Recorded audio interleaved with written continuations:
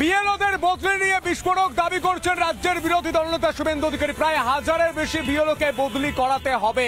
শুভেন্দু অধিকারী কি বলছেন আপনাদের আরো একবার জানিয়ে রাখি। বিএলওদের বদলি নিয়ে বিস্ফোরক অভিযোগ শুভেন্দু অধিকারী। প্রায় 1000 বিএলও সরানোর নির্দেশ, ডিএমকে নির্দেশ, মৌখিক নির্দেশ মুখ্য সচিবের। সোশ্যাল মিডিয়ায় পোস্ট বিরোধী দলনেতার। নির্বাচন কমিশনকে তদন্তের আর্জি শুভেন্দু অধিকারী।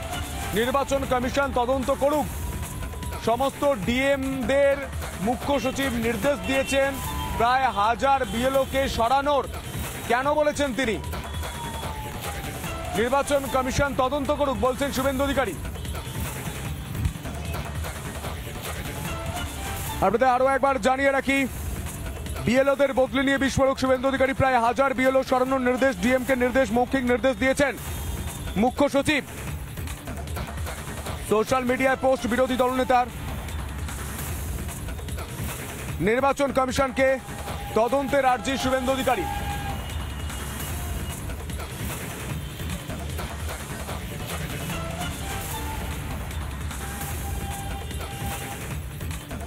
আর এই বিষয় নিয়ে মমতা বন্দ্যোপাধ্যায় সরাসরি বিএলওদের হুমকি দিয়েছিলেন।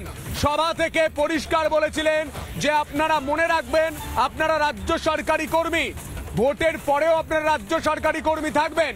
কি হুমকি দিয়েছিলেন মমতা বন্দ্যোপাধ্যায় শুনবো।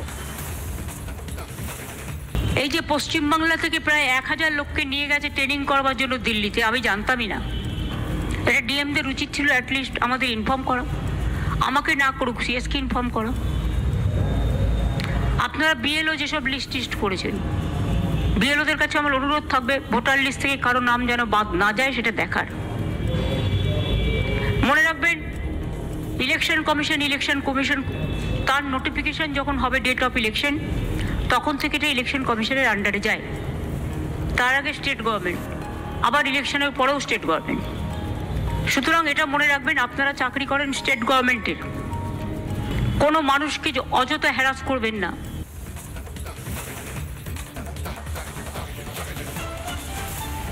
নানা ধরনের কন্টেন্ট দেখার জন্য লাইক করুন, শেয়ার করুন আমাদের ফেসবুক পেজ, সাবস্ক্রাইব করুন আমাদের ইউটিউব চ্যানেল। পাশাপাশি অন্যান্য ব্রেকিং নিউজের জন্য অবশ্যই চোখ রাখুন রিপাবলিক বাংলায়।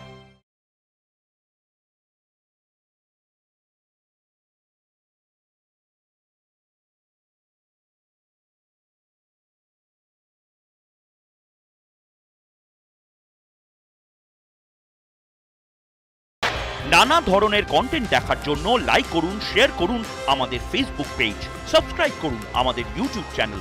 পাশাপাশি অন্যান্য ব্রেকিং নিউজের জন্য অবশ্যই চোখ রাখুন রিপাবলিক বাংলায়।